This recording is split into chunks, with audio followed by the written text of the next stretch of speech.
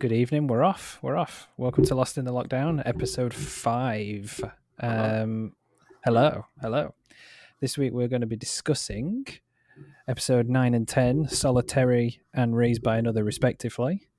Two very strong episodes, Sayid and Claire, respectively, in the flashbacks. So before we go anywhere, I'll hand over to Scott for some trivia. Cool. Thank you. Okay, so Solitary is the 9th episode. It was directed by a gent called Greg Utanis. I think I pronounced that correctly. Greg Utanis. He only directed 3 episodes overall throughout the season, so not one of the prolific workers on the show. He's worked on quite a number of shows though, including Lost, Ray Donovan, Banshee, Nip Tuck, Damages, and recently Castle Rock. So he's done some of the big guns in terms of TV land.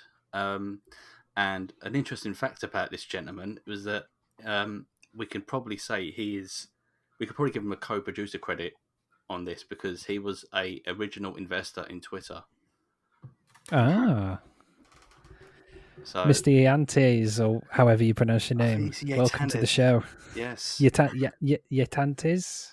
Yatantes with a, yeah. Well, we'll just go with Greg because we know what that. Yeah, just good evening, Greg. He was what they called an angel investor. I think that's the wording they use. This is all from Wikipedia anyway. It must be true. Yeah, it's got to be. Citation definitely not needed. And then the writer was David Fury, who we know wrote episode 4, Walkabout. Obviously one of our favourite ones amongst the bunch. And Absolutely. So far. He's obviously very prolific in writing and producing, but I also found out via the wonder of Wikipedia that he has an uncredited role, a voice role, in Raiders of the Lost Ark. Really? Yeah, Jock the pilot who takes Indy away from the jungle in the intro, the owner of Reggie the pet snake. He was. I was going to say. Yeah. He's that guy. Yeah. He wasn't the actor, but he was the voice. So they dubbed David Fury's voice over this guy for some reason. So I always wonder, just whilst you're mentioning that, like I always go back to like Darth Vader and thinking of David Prowse, thinking I've got the best role ever. I'm the bad guy in Star Wars, and then he got dubbed. Yeah, because have you heard David Prowse talk? He's just got the worst voice in the world. He's incredibly Welsh, isn't he? Oh, it's so bad. And he doesn't make any effort. It's just David Prowse talking. Don't get me wrong, he's got the build for it, but yeah. Yeah, ginormous. It's like a. Oh, that is a very cool fact. Yeah. So in terms of the date of air, November 17th, this was 17.64 million viewers on air date. A big drop, 800,000 approximately from the previous week, which was obviously Confidence Man. So quite a significant drop. Birthdays. This has got some big guns in here. Martin Scorsese. All hail. Yep. Lord and Saviour. Lord and Saviour. Rock Hudson, Rachel McAdams, and Leslie Bibb as well. So there's quite a few more, but those are just what I wrote down. But yeah, some of the big guns. And also the next episode has some significant birthdays too. Wicked. And one final fact, since it's been in the news in the last couple of days, a certain film called Justice League was released in the US on this date, November 17th, 3 years ago. Release the Snyder Cut. Yay, boy. I thought you'd know that one. Yeah, I'll just get it out of the way. I'm looking forward to it, and we'll leave it at that. I'm looking forward to but I'm not so naive that I've spent the last 3 years on Twitter campaigning for it because I didn't think it would happen. Yeah, I would have realised. Yeah, you probably wouldn't be doing this with me. You'd be thinking, "No, he's a nutbar. He's a nutbar." I fully appreciate the limitations of the original, whatever version we did end up with. So, anyway, thank you for that, Scott. So we'll go on to Solitary, 9th episode of the first season of Lost. I believe we are on day 12 chronologically within the island, and Sayid in the previous episode, in Confidence Man, the last part of that episode was him walking down the beach away because, as we explained in the previous episode, he tortured Syed, not Sayid, he is Syed. He tortured Sawyer, and he feels bad about it. And our views are very clear from the previous episode if you've not listened about what we thought about that. But at least it gets him to this point, I guess. It's a means to an end. Mm-hmm. However, shady it may be, it gets him to this point. So I think we'll start with, as always, the flashbacks, really. So just in line with the torture sequence, I think from memory, because I have been watching ahead, but I've stopped now just to make sure that I do get my memory clear. It begins with Sayid torturing a prisoner. Mm-hmm. Yep. In the Republican Guards headquarters, I guess. And when he steps outside of said room, he sees a new prisoner whom he recognizes. Yes. Am I right in saying that? Yes, you are. It's it's a friend from his childhood or her childhood or both of their childhoods. Is it Nadia? Nadia, yeah. Or Noor. It's a pseudonym she's assuming in this period of time. Right. Which okay. she reminds Sayid not long after of who she is, and Okay, he goes, right, "Oh right. my god, I've not seen you for years. How are you?" Because he's told to torture her, isn't he, until she answers his questions. He's like, "Oh, son of a gun, it's you." Yeah, because she's all, yeah, I've been tortured before. I can handle this. Yeah, she's been and nothing he does. Feet. Yes. I mean, it's always a touchy subject, torture, and I know we've just mentioned briefly 24, and maybe it's kind of lackadaisical approach to it over the course of its run. But I guess the prevalent thing about Lost is, as we've again also said, this was only 3-4 years after 9/11, especially with someone of Sayid's ethnicity, and especially where he originates from. It was always potentially going to be very touchy, but I, again, as we've said, I think it's dealt with relatively tastefully and within the confines of the story. It's never gratuitous. No. It's done for a reason, and it makes a lot of sense. I don't know what you guys think. Yeah, I think it makes a lot of sense. Just from sort of I guess an audience standpoint, I don't know if, say, in 2004, people would have accepted a character like Sayid.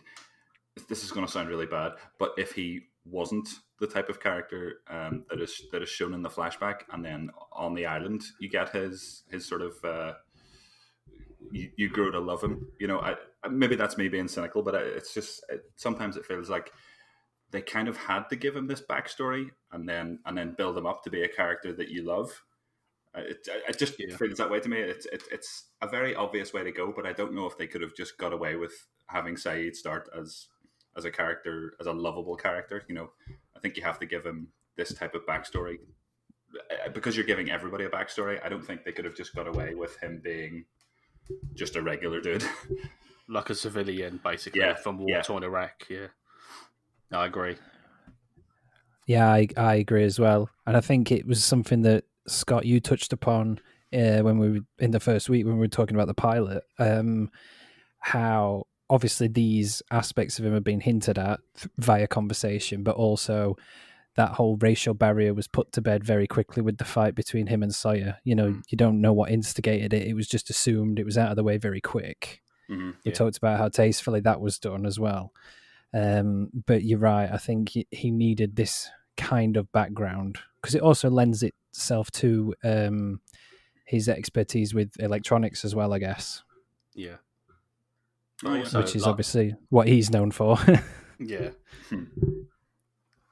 I would say an interesting thing, like going from the fight with Sawyer and putting that thing to bed like straight away.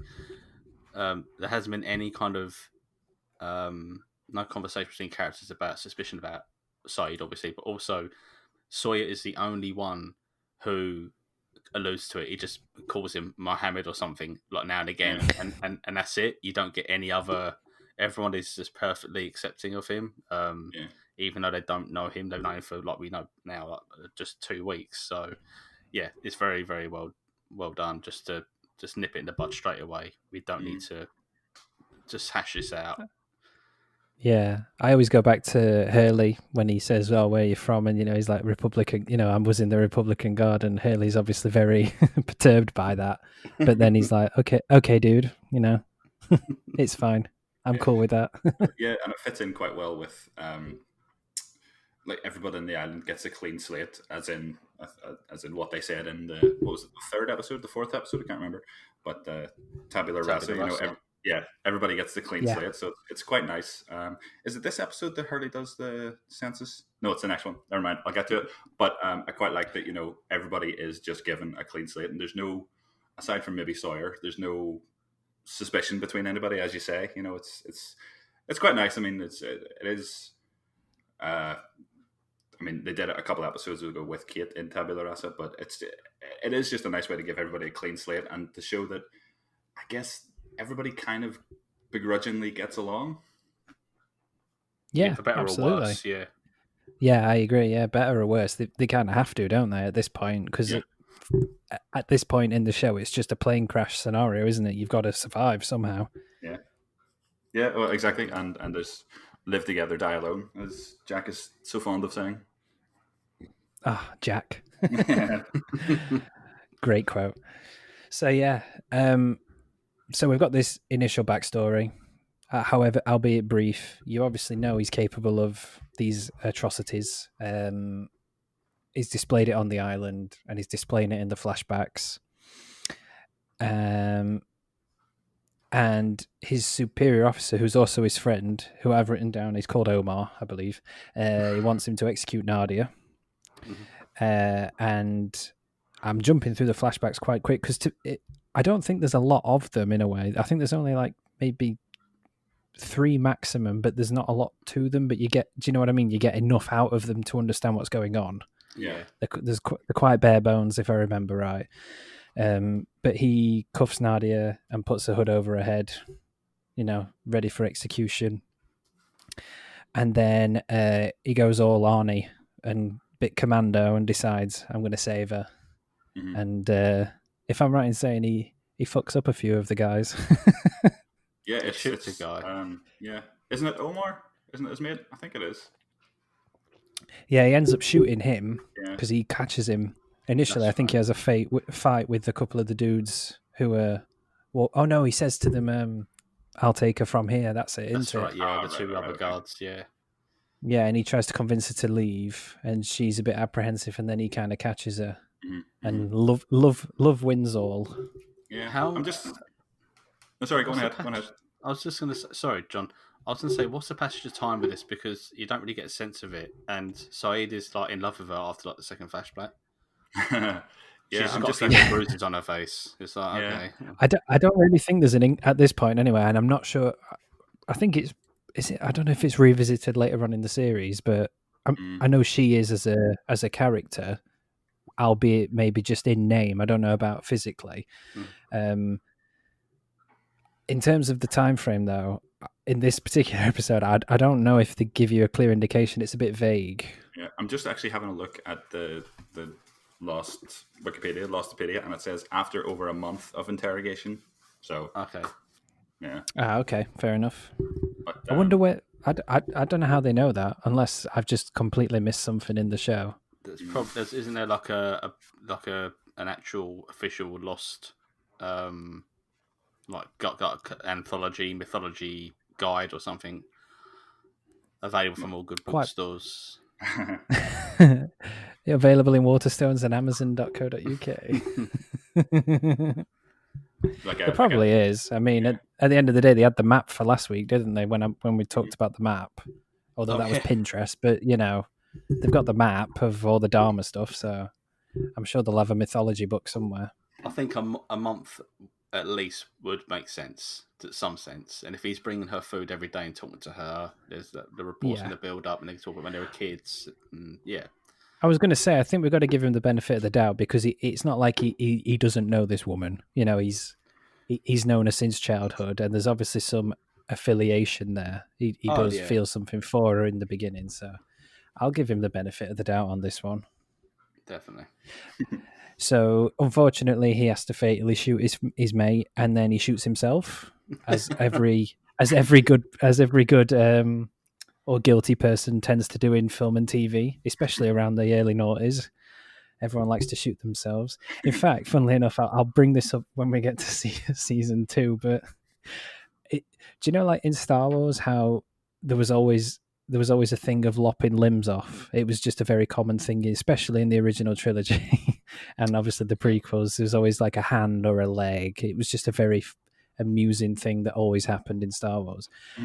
In Lost, someone at some point, I'm pretty sure throughout the series, will always shoot themselves to get away with something.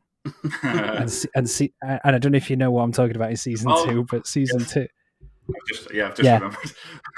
Yeah, so it just made me laugh because I thought someone else is doing it now, and then it made me think it's such a common like trope in film and TV. Someone shoots themselves to get away with something. But anyway, I digress. We'll get to that. No, it's just sorry. So go on. Talking of tropes, this one does. I don't know if it's technically a trope, but in the opening flashback, it does something that I always love whenever TV shows or movies do it. They have Sayid speaking. Oh my goodness, what would he be speaking? This shows up my terrible lack of knowledge. But they do that switch where it just pans across and suddenly he's speaking English. You know, it's subtitle. Yes. And like, I think that's just a really elegant way of doing it, because with Sun and Jin, those two actors are Korean American, aren't they? Fairly. Yeah, that's correct. Yeah. So they have the language.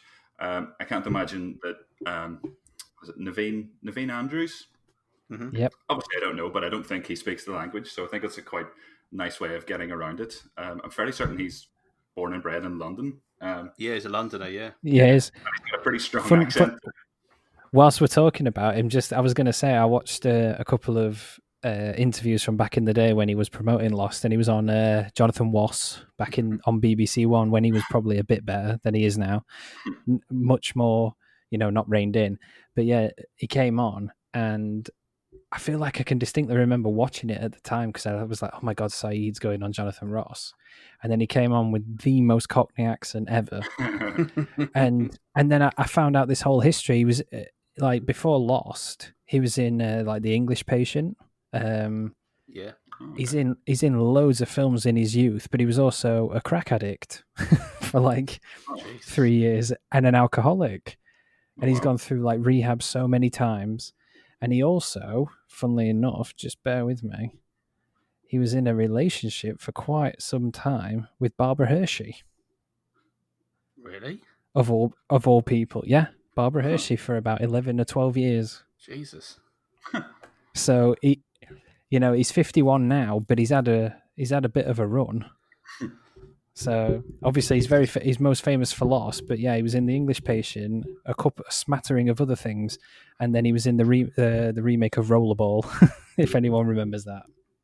Oh, with Chris Klein. Yeah, and I think LL Cool J was in that as well. Possibly. Yeah, I think you're right. Yeah. But yeah, basically, Naveen Andrews has been around the block and come out the other side. Oh, bless him. So yeah, he's a very Cockney chap.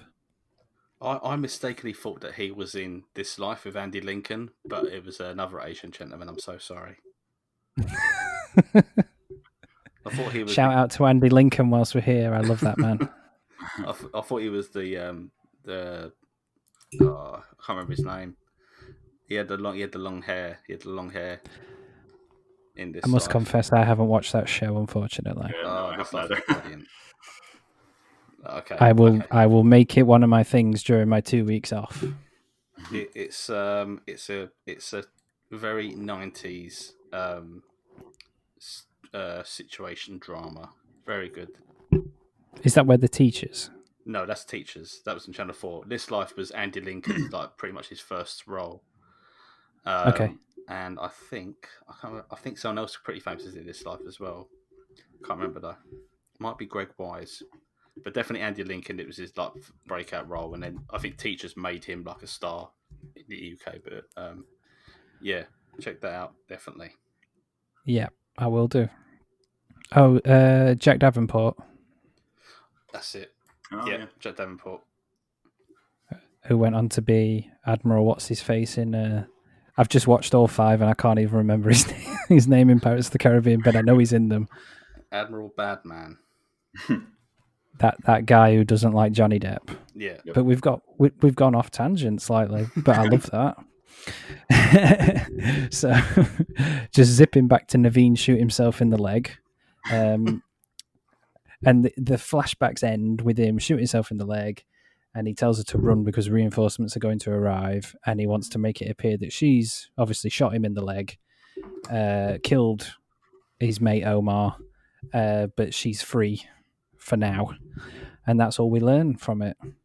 But even still, like I said, I know it's quite bare bones, but it does reinforce that idea of this is how he learned his skills.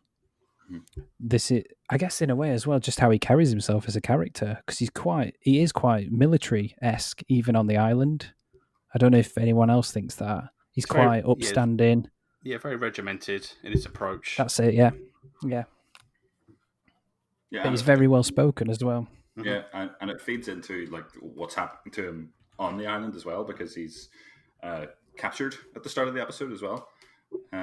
He finds the wire on the beach and follows it, and eventually gets caught up in a trap. Isn't that right? That's correct, which is a nice segue because we've done with the flashbacks. So we can segue into that. So yeah, this is the first physical appearance of the French lady, as we know, is called Danielle.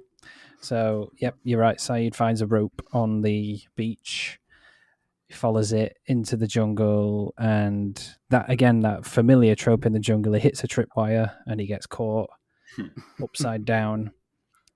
And one thing I thought was interesting is he starts reciting an Islamic prayer. I'm very apologetic because I'm not familiar with it.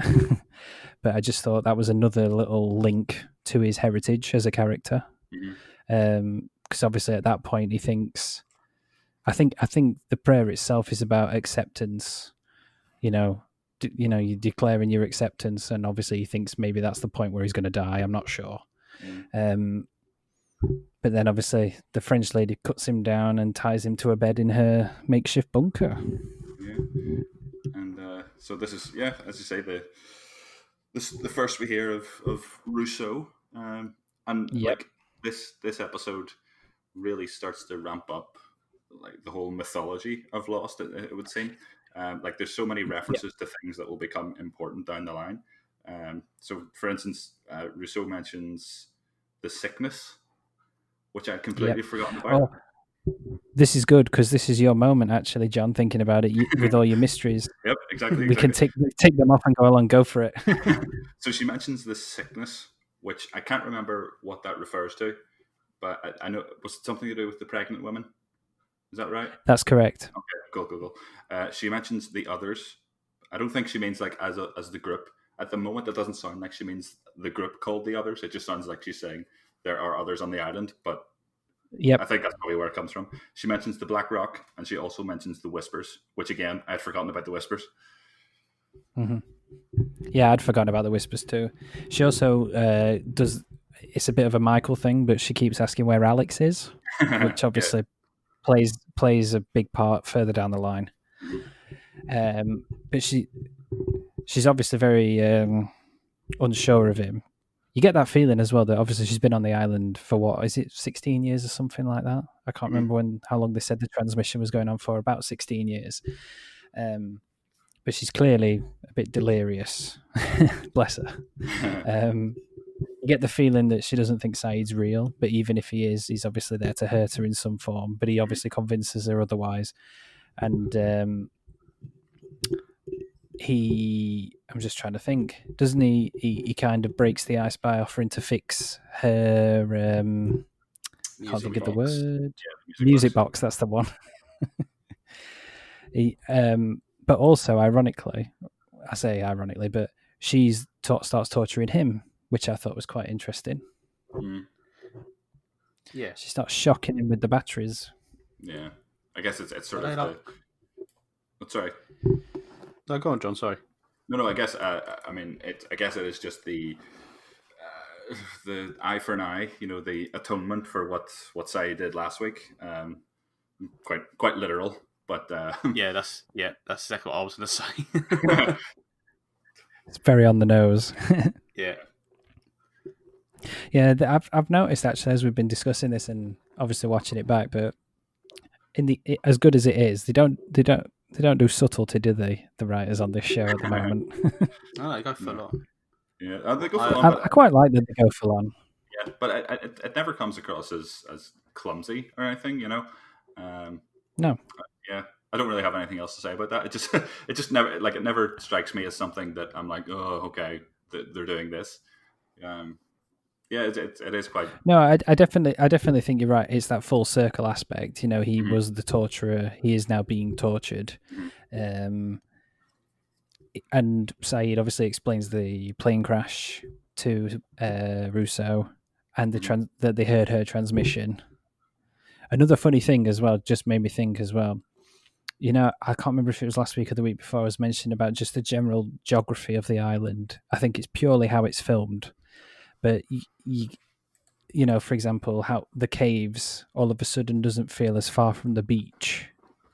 And then when you start getting to like the Dharma stuff, there's a doorway that's not that far from the beach to get into the hatch, and so on. The same kind of applies here. Is that how long has Sayid been walking to get to where she is? Is it a long way? Is it, because let's be honest, she's quite easy to find. Yeah, that is true. It's like Game of Thrones. The first 3 or 4 seasons, it took characters an entire season to get from one place to say King's Landing, and then in the final season, it was like, next scene, they're just there. Don't worry about it. Don't overthink. I was about to say, and look where it got them. Well, yeah. Although it does take some. We've offered you. That did that. You what? Sorry. Was it only just one character that was guilty of that? I can't remember who it was, but it was like the guy who was hanging around Tyrion, the eunuch. Yeah, the spider. Yeah, you see, this is how much the last season ruined Game of Thrones for me. Is I've completely forgot who everybody was. Funnily enough, was it yesterday or the day before that it was the year anniversary of the finale of that show? Yeah, I think it was. Yeah, and I just absolutely hate it. That's gone so quick, hasn't it? That year. Yeah, when you put it into perspective, like, oh yeah, Game of Thrones finale was 1 year ago today. Really? Instantly forgotten about it. Yeah, I think I forgot about it straight after I watched it. Yeah. Went to work because I watched it at 5 a.m. A couple of people at work had watched it. They were like, "What do you think?" And I just went, "Shit." And everyone was like, "Yeah, it was pretty wank, weren't it?" I'm like, "Pretty wank? That was so bad." Anyway, we digressed yet again. Where did we get to? So yeah, Danielle Russo, the French. Sorry, go on, Scott. I was going to say, still on top. It's on topic. With when Sayid is obviously trying to sweet talk her, and he's trying to sort of ask her some questions about how what happened with her. And I was thinking, this is really clever because he's like interrogating her, but he's the one that's imprisoned, or he's the one that's strapped down, and he's interrogating her. It's very, very good use of character. Yeah, I never thought about that. No, because she starts to open up to him, and and I got the sense of Syed knows how to speak and use his voice effectively to get answers without the use of violence. So I thought it was quite clever. No, even though he's the one in the predicament almost as well. Yeah, he reverses it onto her, which is I thought it was quite cool. That's just how it was perceived by me anyway. No, I agree. So I'm thinking. So he fixes her music box. So she would let him go, and then she injects him with Jesus juice or something to make him go to sleep. Is that right? Something like that. Yeah, she gives him some. Well, one thing, she finds the picture of Nadia. Oh yes. So obviously that's your link to your flashbacks. So obviously he does still hold some affiliation to her. He does have some affection towards Nadia. But you're right. She gives him something. I can't remember what it is. But I guess the big thing for this episode for me is these first 8 episodes. You've obviously got the majority of the core cast have been introduced. You've got an idea and a sense of who and what they're meant to be as characters and who they are. But now, as John's mentioned already, this is arguably the first episode that fully introduces the mythology of Lost. You solve the first mystery, i.e. the origin of the transmission. You've met Russo now. But then you start getting a bit more. So we've mentioned the whispers, which we'll get to towards the end. Well, the very end of the episode, should I say. Yeah, it just at the time it didn't feel like it, but looking back on that reflective nature, it's such a big episode. Such a big episode. But yeah, so Sayid fixes the broken music box, which was given to her as a gift, I think she mentioned at the time. And he says he can fix it for her. And she gives him her origins. She was part of the science team. And I think this is where the sickness comes into it, John. Yeah. She was saying that her team started getting sick one by one. Do we, correct me if I'm wrong, and it might be ages down the line, but do we ever get a flashback episode for her? I seem to think we do. Only when she's... Right, so funnily enough, I was reading about this, and apologies for listeners and jumping ahead. They were planning on doing a flashback episode with the main actress of Danielle. But then spoiler alert, killed her off in early season 4, I want to say, mid-season 4 time. Right. And then every time she appeared after that was in the time travel seasons. And that's kind of where her flashbacks were. They weren't strictly flashbacks, but you got a sense of her history from that. So they never actually did a proper one with her. Okay. And I just happened to be reading about that the other day because I've got so much time on my hands. Okay, that's cool. I'll look forward to seeing that because it's like to have the gaps filled in, I suppose. I love that. I love filling in the gaps. I mean, some people like stuff to know. I mean, I'm the same, really. I don't mind things being left as they are for me to think about, but at the same time, I'm a sucker for having things filled in. No, it's absolutely. I think I mentioned maybe last week or the week before about how some of the flashbacks, started at the earliest point for the characters and then ended at the airport. So, and I think I was a wee bit dismissive of that, but then contradicting myself again, it's like, oh no, actually, I just want to find about everything else in between, So it's quite nice that we've got so many episodes to just fill in all these blanks that I have completely forgotten about.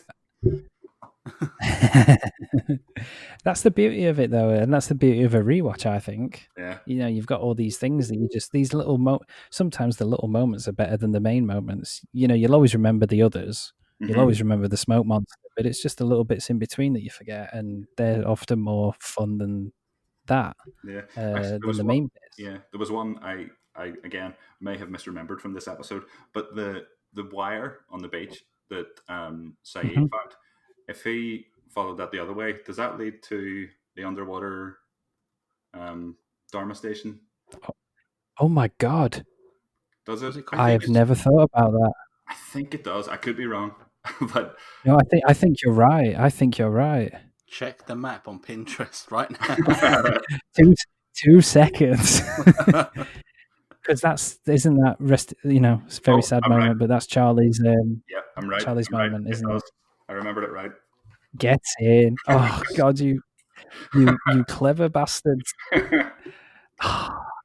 you know what? Honestly, well, think about it. That was in season 3, wasn't it? When Charlie pops off. It's the finale of season 3. Yeah. Yeah. So obviously that I would hazard a guess that was all relatively planned out quite neatly in those first 3 for those first 3 seasons.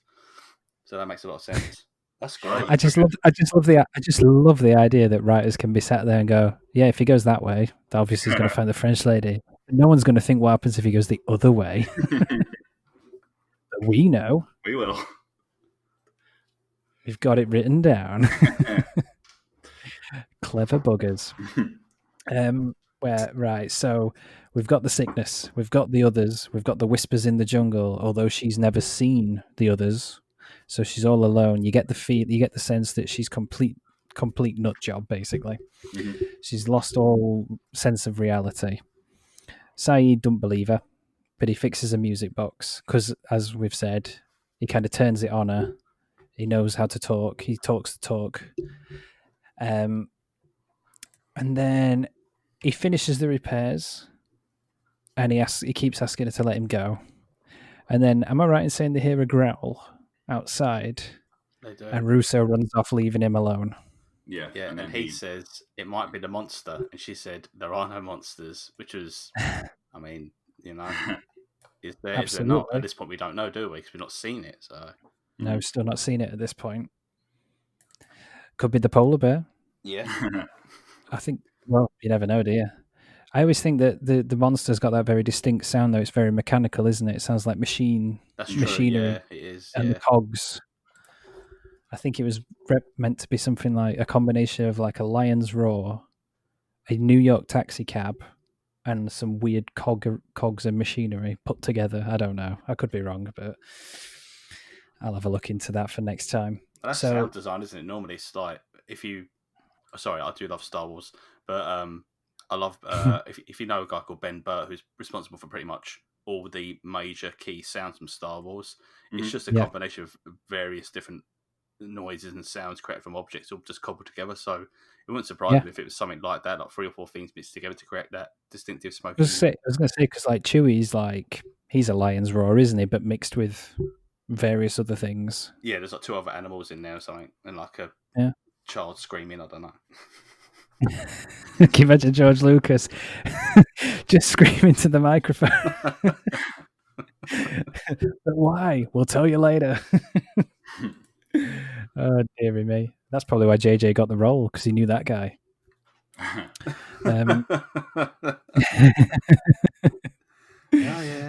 definitely. Sayid escapes Russo's bunker while she's gone. He grabs the rifle, and we haven't mentioned it yet, but he noticed there's a bunch of maps and notes that she's made about the island, and he sneakily grabs those as well because he thinks, I can bring them back to my mates. But Russo finds him, and they have a bit of a standoff. And he, again, that very familiar trope, he tries to fire his rifle, but no bullet is in there. And she's removed the firing pin, the cheeky blighter. And she says something about her former lover, that he made the same mistake, and then she killed him, which I always find really funny. Bless her, she's so broken. Because did she establish when she actually killed? Is his name Robert? Yes. Yeah, his name was Robert. Yeah. Did she say when she killed him, or?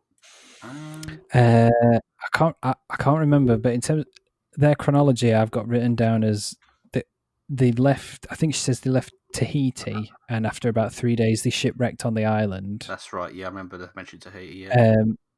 But in terms of, I think it might be a couple of weeks. I want to say I could be wrong, because at that point she was heavily pregnant too, like Claire. Yeah. Oh yeah. It's at this point that she tells Sayid who Alex was. Isn't that right? Yeah, because she's talking she's always asking, "Where is Alex? Where is that?" And then once they get out and they're in this Mexican standoff, and Sayid tells her about what was written on the back of the photograph, she then opens up and says, "Oh yeah, Alex was my child." I'm like, okay, that's interesting. So now talking about past tense. Yeah, and she fully believes as well that this sickness, whatever she believes it to be, the reason she killed her team off is because she didn't want it to reach the outside world, which in current times, very prevalent. That's why we're doing this. But it just feels very on the nose. When I saw that, I don't want it to reach the outside world. I was like, oh God, I didn't even think of that. It's funny you should mention that as well. Sorry, John. Go on. It's funny to mention that as well, because Hurley, like his whole story in this episode as well, is like, I am going mad with boredom. We've got to do something on this island. And again, I was like, yeah, same Hurley. Same. So in a way, Solitary, the ninth episode of Lost, is a ironically good combination of what's happening in the world right now. Just Yeah. they didn't mean it. Yep. I wish I could We'll go get to the B. Yeah. We'll get to the B plot in a second, but we'll just finish off Sayid's run. Mhm. So Sayid talks Russo into letting him go. And like we've said, before he leaves, he asks about Alex, and like you've said, Scott, he explains that she was her child. And obviously we know further down the line that plays a fairly pivotal point in the show. But the last part of the final part of the episode is whilst trying to find his way back to the camp, he hears the whispering that she spoke of, which I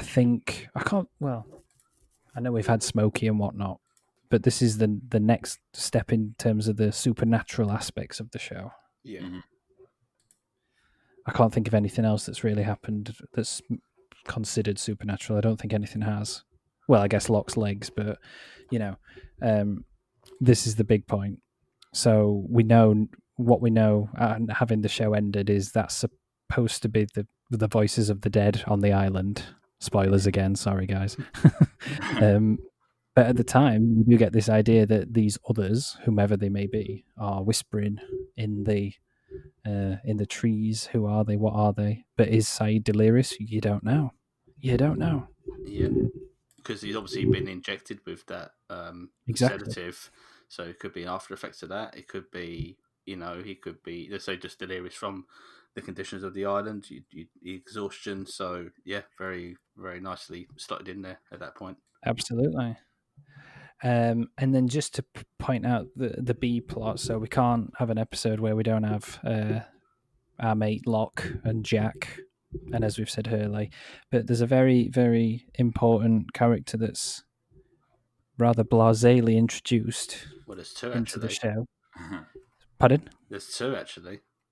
Oh, okay. So obviously there's the one you was going to mention, I think, and then there's also at the start of events on the island at the top of the show, you get Rashman. Oh yeah, you get Rashman. Of course. Where and when did he come in? He's just there. Does he ever? I don't think he ever appears again, does he? I can't recall, and I don't think he's even given a name. I think he might be given a name during the census part of the next episode. Hold on a second. I'm just looking on my notes. Hold on, I'm just on Wikipedia. He's called Sullivan. Okay. We'll just call him Sully affectionately. Yeah. Wow. Yeah, Mr. Rashman, doesn't he ruin Jack's golf game? I think he must have done it, but I think isn't he like he's got like hives or something. Yeah, something along those lines. He's got hives, and he's just like pestering him after saying, what do I, how do I? He's a hypochondriac, isn't he? Yeah, he says, I've got better things to be doing than diagnosing a hypochondriac. It's quite funny. He's just got a stand. Go on, John. I'm on the page for Sullivan, and it's quite a short page. So it says the actor's called Scott Paulin. He is in one episode. He's in this episode, and his death is just unknown. He's in one episode and died at some point, and nobody really cares. I feel really bad for that actor. I'm just going to check his page if that's his main role. Oh no, he's probably like the brother of the writer or something. Right, are you ready for this? This is fantastic. Go on. Oh my days. Okay, so he's best known for playing Deke Slayton in The Right Stuff, which was in the 80s. He also starred in the remake in the 80s of Cat People. He was in Teen Wolf, Turner and Hooch, and, I love this, he played the Red Skull in the 1990 version of Captain America. Oh my God. Oh, wow. How about that? Huh. That's a garbage film, but that's actually... that's a great little bit of trivia, that is. That is something on a pub quiz, right? That's something you put on a pub quiz. Jesus. And he's 70 years old. Wow. Oh. So he'd have been in his nearly mid-50s at that point. He would have been, yeah. But as John's said, death unknown. Okay, so yeah, he's introduced. But Mr. John Locke has a new hunting partner by the name of Ethan Rom, who is very polite. Very, very polite. And, you don't think anything of it. And I think it was last week. Was it the cave-in last week that we discussed? We discussed Scott and Steve. Oh yeah, the cave-in was the moth. Yeah, so we discussed. We were all in agreement that it was quite nice that they'd introduced, or they were showing the other survivors, as opposed to just the main core group. So they were getting involved, and obviously Sullivan is part of that group. But you don't think anything of it when you get introduced to Ethan. You're just like, oh yeah, he's part of the crew.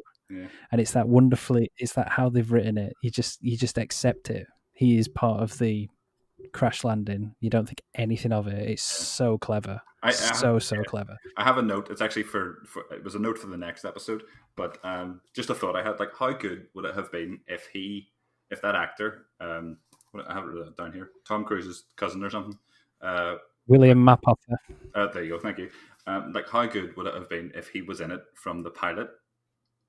If he was in every single episode. Absolutely. And then all of a sudden it was turned. Like, I like how they've done it anyway in the show, but just one of those ones that would have completely floored you, I think, if you were if he was like Hurley's mate for the first 8 episodes, and then boom, he's one of the others. And also the other bit of trivia, just when I mention others, you probably know this already, but Ethan Rum is an anagram for other man.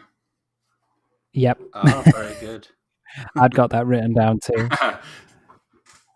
I remember thinking that. There's one thing that I don't know if you guys felt this way, but I reckon they was deliberately trying to fool the audience with this episode, not because of Ethan and whether he was like, an original crash victim or not, but you never hear Danielle explicitly say if her child is male or female. So maybe they're trying to lure you to think that maybe Ethan was her son, and he's just taken on a pseudonym, and she sent him to infiltrate the island. I had that thought as I was watching the two sort of stories play out, and I was like, she has just said if her child was a girl or a man. So I never thought of that, but that is really clever. But I might have missed it. But she never said. I'm sure she never says it. That no, you're right. No, she doesn't. No, she always just says they took Alex. Do you know Alex? Where is Alex? And I think at the end she says my child. She doesn't say my son. She doesn't say my daughter. It's just my child. Yeah. Yeah. Clever. Yeah. But yeah, Tom Cruise's cousin. Hanging out with Locke. I think I'll just call him that from now on. The Cruise's cousin is hanging out with Locke. And I think this is like you briefly touched upon, but this is kind of the start of Hurley getting the census together, because this is where they're looking through the luggage, isn't it?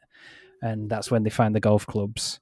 And we've got that nice little B plot of Hurley building the golf course to improve morale amongst the survivors, which I think is quite a sweet moment. We've said how much we love Hurley, and just he's the nice guy, isn't he? And you break down Jack's barriers, you give him a game of golf to play, and he's up for it.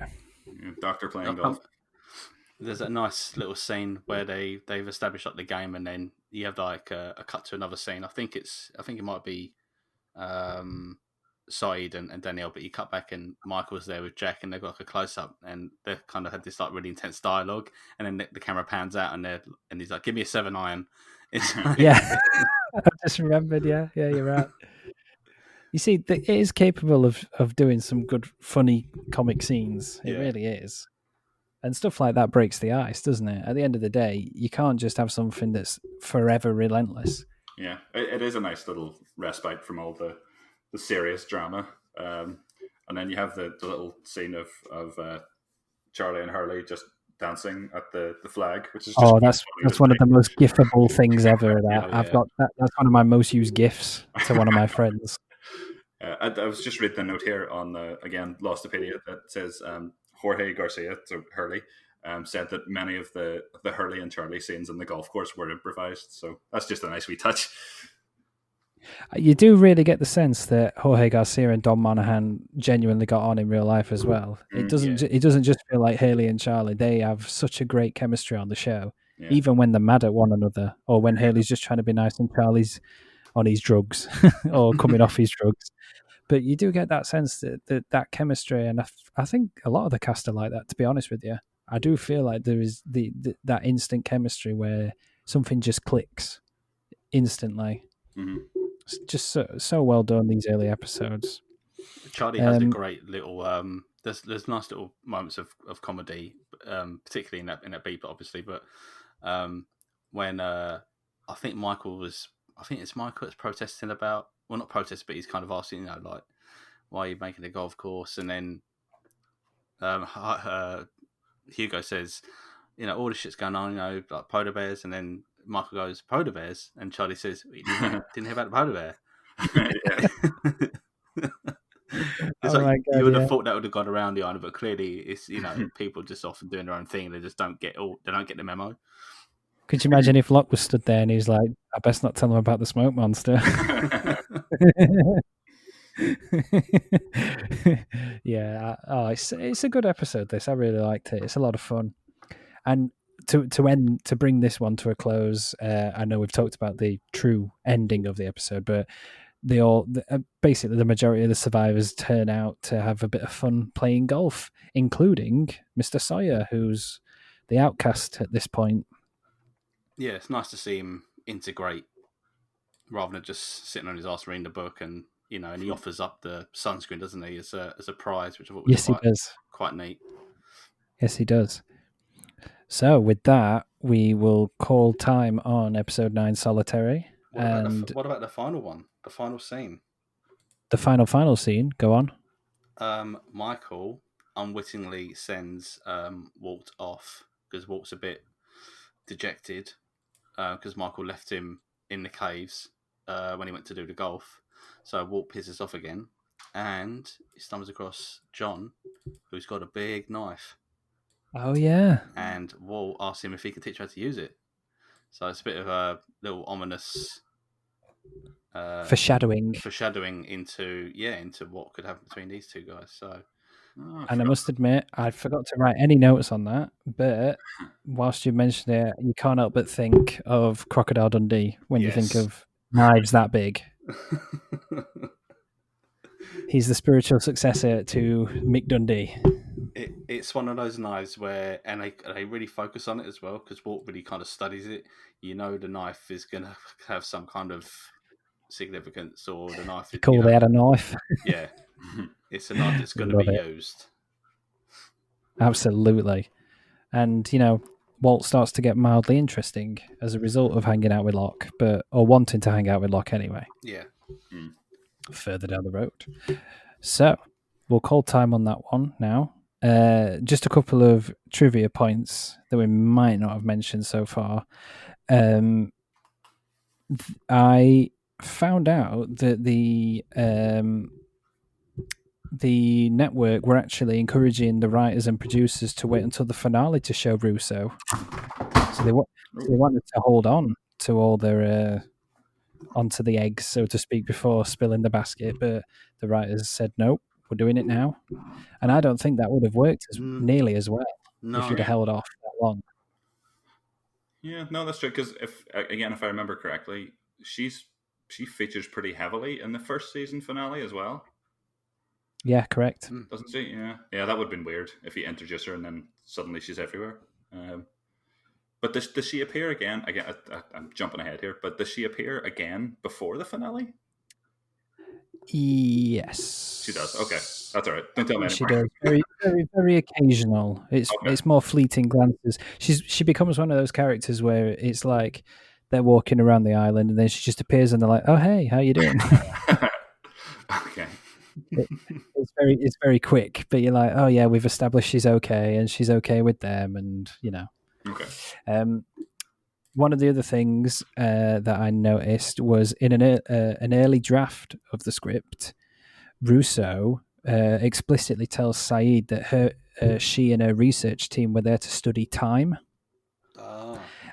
And when ABC overviewed the draft, they said, can you remove this line? Because they didn't want the show to venture into sci-fi too quick. I think they got the series Bible and they knew kind of where they wanted to go, but they didn't want them to go that quick. So then that was that was changed to just say she was part of a scientific exhibition or whatever. Mm-hmm.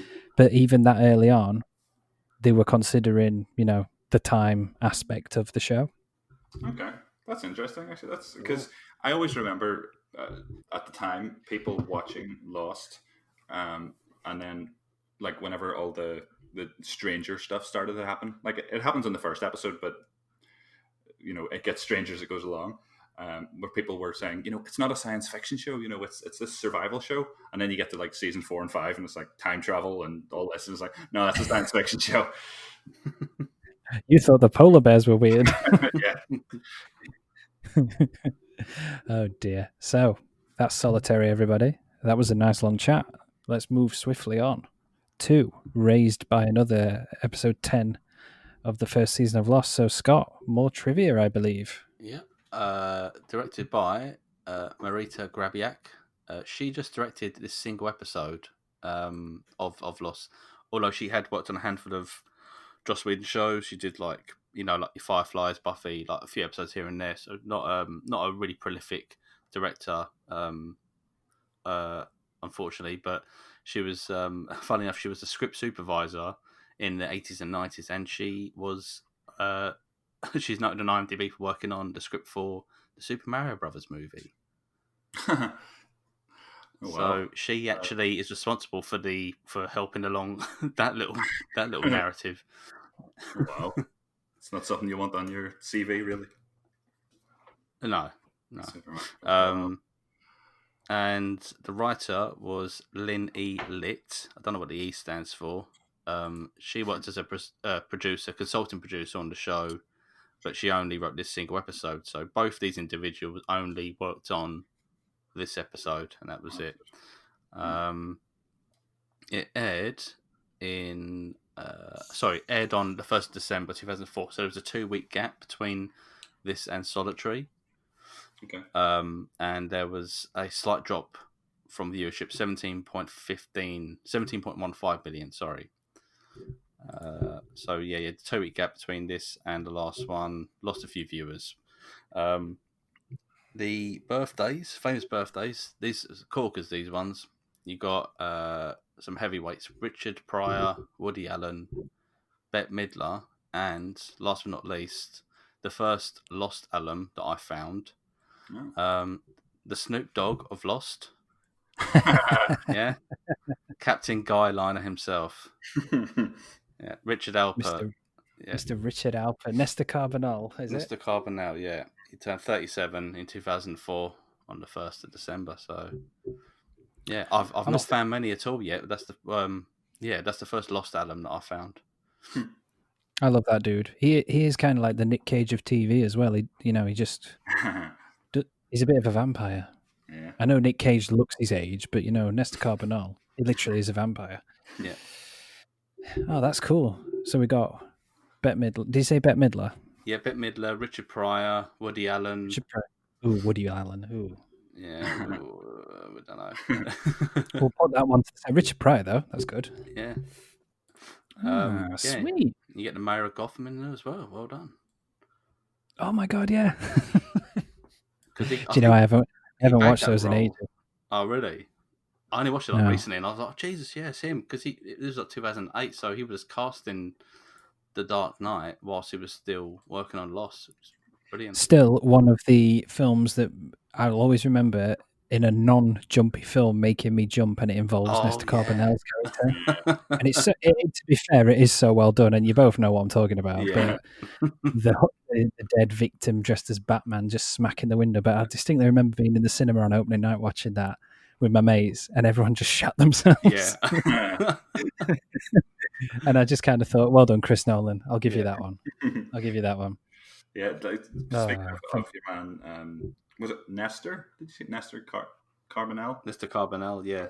Yeah, he's one of those actors that is always synonymous with Lost for me. No matter what he does for the rest of his life on TV or in film, he'll always be Richard Alpert from Lost, because I watched Bates Motel, and he's in that. Like he's a main cast member in that, and he's very good. He's the cop, isn't he? Yeah. He's very good. I like that show a lot, but I just can't get away from it. I enjoyed that show, actually. I only watched that recently, and Yeah, it had ended, and my mate at work had said, "Oh, we finally got into Psycho territory," and I was like, "Ugh." I remember starting it and not really liking it, Uh-huh.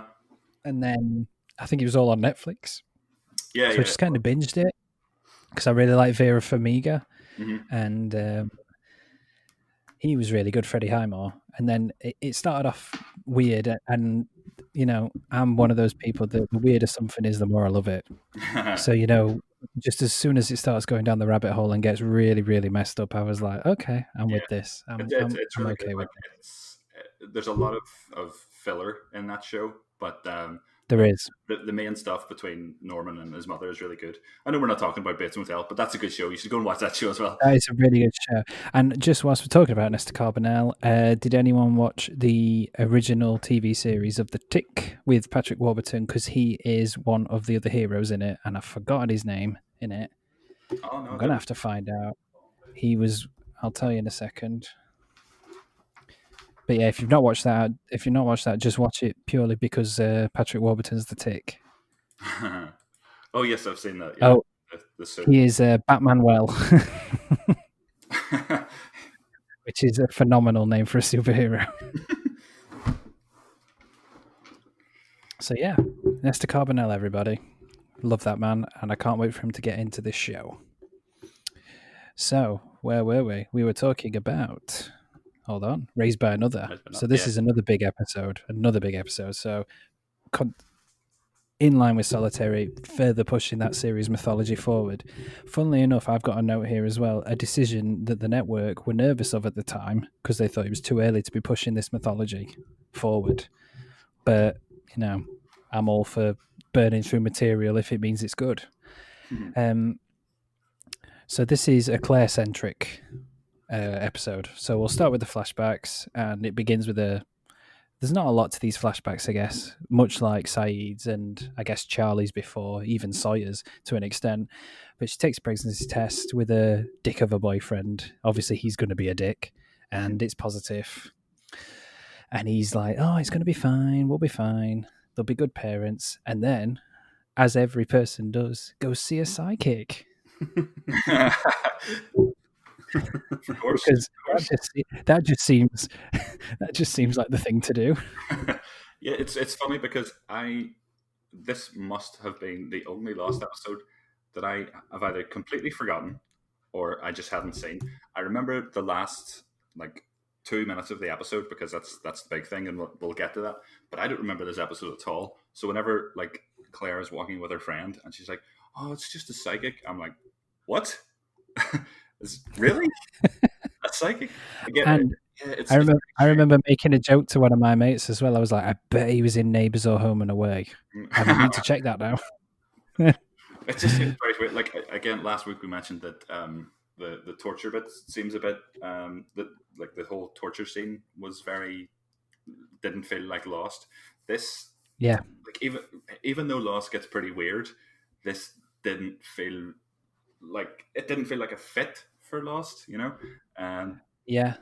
And I know it's quite nice that it brings into the whole I guess mythology again that there's the hand of fate is doing something here. Absolutely. But yeah, just when somebody says psychic, I'm like, ugh. So, do you want to know some more? I've just found some more trivia. So much like Mr. Sullivan in the previous episode, finding out he was, I've even forgot what I said he was in. He was in Red Skull. And it was a Red Skull, yeah. It was the Red Skull in the original Cap film. So, Nick Jameson played the role of the psychic, Richard Malkin. So he is American, not Australian. I assumed he was Australian. He's got a very good accent. He has had a smattering of appearances in things. He was the Russian President Yuri Serverov in 3 seasons of 24, and I can distinctly remember him now. Yeah, shit, fucking hell. He's the Russian president in 24. Or one of the Russian presidents, because I think he gets killed at some point. He was the voice of Palpatine in not the Clone Wars, but Star Wars Clone Wars, which was like a micro series that was produced, I think, immediately after Attack. I don't know. Immediately after Revenge of the Sith. I don't know. Yeah, it was between Attack of the Clones and Revenge of the Sith. Yeah. Yeah, that's right. Yeah. But I don't think it falls within the Clone Wars chronology. But he was Palpatine in that. Sorry. And he was. Oh, sorry. Just to interrupt again. That's also a great series, and Yep. you should watch that too. Oh, I'm watching Clone Wars right now. I'm loving it. I've never watched it before. I call myself a Star Wars fan, but I've never watched it before. But I'm loving it. And my final absolute, I can't believe I've never known this. He was the voice of Richard Fisk and Morbius in the Spider-Man animated series from the 90s. Jesus. So this 90s throwbacks in this week. Yeah. I love that I can't believe I never realised he was in 24. He was in it a lot as well. So anyway, the Russian president is psychic and gives Claire some idea of knowing that she's pregnant. And he, I believe, after touching her hand or, giving her a little reading, he has a premonition and he gets upset. And he refuses to tell her what he saw, which is never good. He's never, ever good. I think you'll agree. Yeah. And then later on, the dick of a boyfriend, unfortunately, he's called Thomas. We're not all dicks, I promise. We're not all dicks. But he tells Claire that he's leaving. He's not ready for this responsibility of a child. Mm-hmm. And I don't like that man. I didn't understand, actually, because he was the one that was kind of... up for it. He encouraged Claire to keep the baby. He said, oh, yeah, it'd be great. And then we don't have much in terms of what between that point and when he wants to get rid of the baby. It's kind of... it just kind of switches from one to another. It's very, very odd. But anyway, yeah, Dick. Obviously, it's very teen. It's very prevalent of the teen drama genre as well at the time, because obviously I think you're going to have a show like this is always going to have a young character in it, and I'm not sure how old Claire's meant to be at this point. I'm assuming relatively young, but. Like early 20s, 22 to 25. Early 20s, yeah. But she's... I've lost my train of thought. I forgot what I was going to say.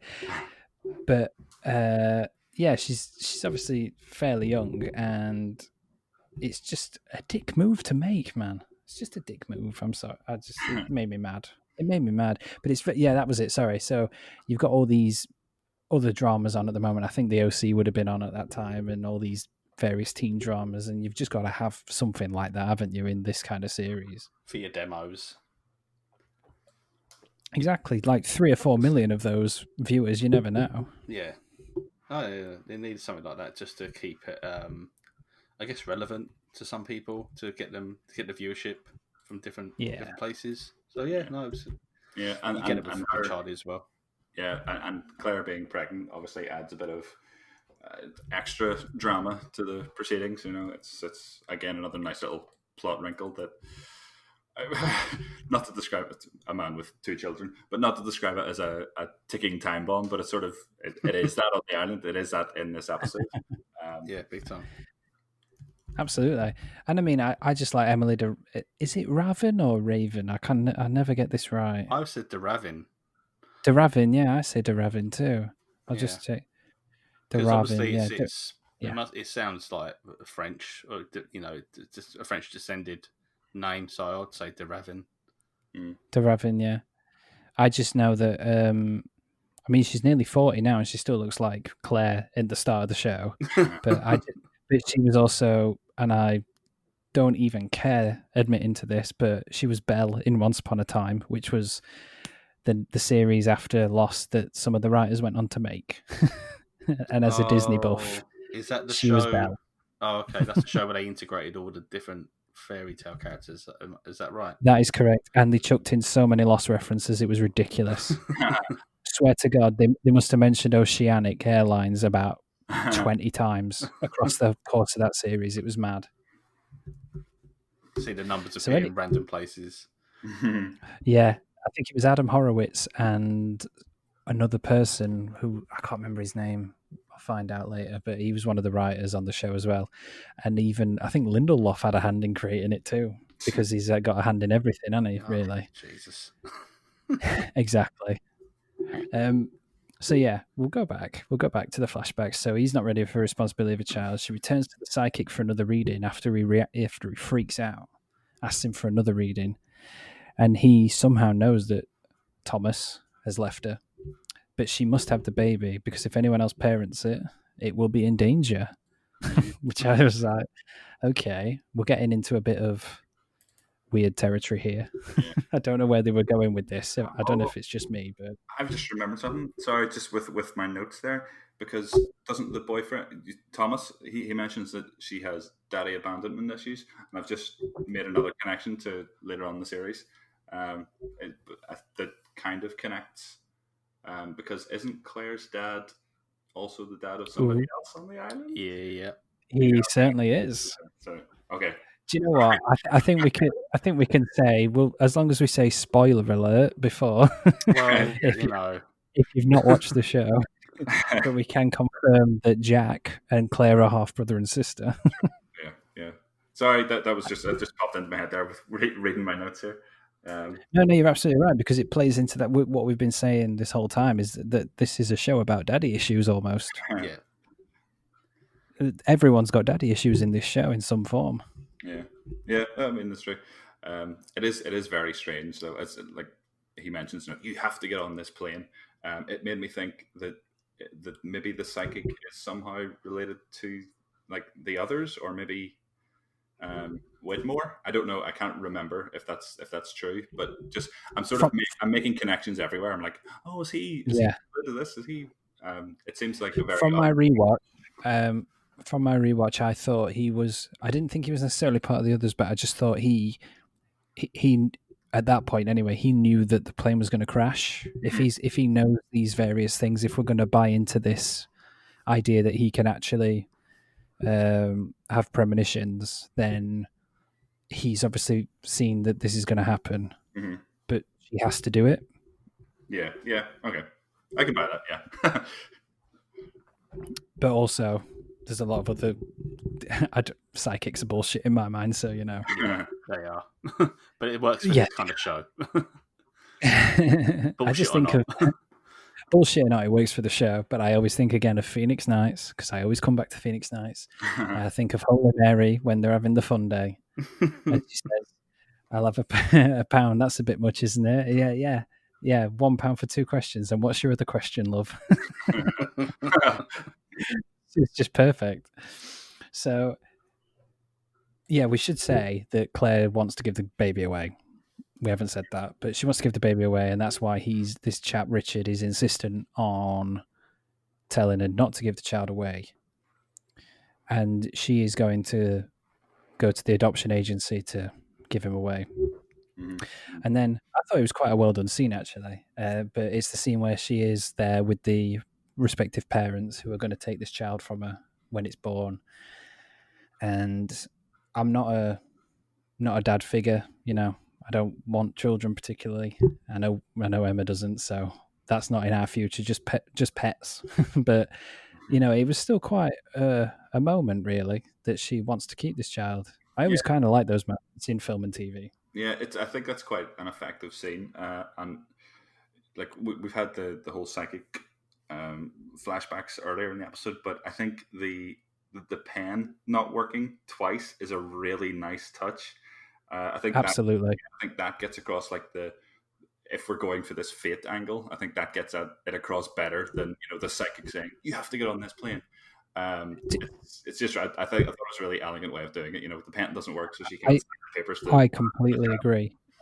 I completely agree. Do you think it's something I've written down? I didn't know whether to bring up or not, but obviously the fate and the supernatural aren't necessarily the same thing. But I feel like they're trying to tie the two together at this point, because like you've just said, that the pen not working twice, that you could consider that an act of fate, but at the same time, the way the show is presented, it feels almost that's supernatural in a way. That can't be right. Yeah. And it just always feels like they're trying to tie the two together at this point. Yeah. Oh no, yeah, I could absolutely see that, definitely. Just as you say, by the nature of the whole show, especially considering where it ends up with the candidates, let's say, for Jacob's candidates, you could very easily Yeah. make that connection, I think. I've just realised something on my notes. So the couple that Claire is at an adoption agency in Australia, where she lives. Is that right? Yes. Okay, so does she go to see them and then go back to Russian president? Because he says, "Oh, you must take the child to this really nice couple in LA," and it's just twigged that we might be jumping way ahead here and could be messing around with terms of the timeline. But Jack and Kate. Oh my God. Stop. Yes, you're right. No, I think what happens is, so she sees him once the first time and he's a bit weird. Goes for another reading. Says she must raise the baby. Goes to the meeting with the potential parents. Says, I can't do this. Then goes back to him again. There's a lot of to-ing and fro-in. He offers her money. That's right. And he said, That's "Take right. $4,000 now, and you get $6,000 in LA. You have to go tonight because there's a really nice couple in LA. They're great." Yeah. And I was like, and that's where like the supernatural and the fate come, because he's like, you've got to go on this flight. Yeah, you've got to go on flight 815. You've got to go on this one. I mean, if they didn't, obviously they of course they probably didn't originally plan it to be Jack and Kate, but retroactively, yeah. I mean, the guy could have been looking. I'm buying that. I'm going with that. You've said it, Scott. I'm going with it. Because we're talking like a couple of years, aren't we, ahead? Season 4, yeah. Yeah. So I don't know how old Aaron would have been by the show's end, but yeah. So, and obviously we know what happens with him. We know what happens with Aaron. So that's the baby. If anyone's listening doesn't know, but yeah, that's seems pretty coincidental. Or depending on where you're listening, Aaron, because that happens a lot in the show. Oh fuck yeah, because she's Australian. Yeah.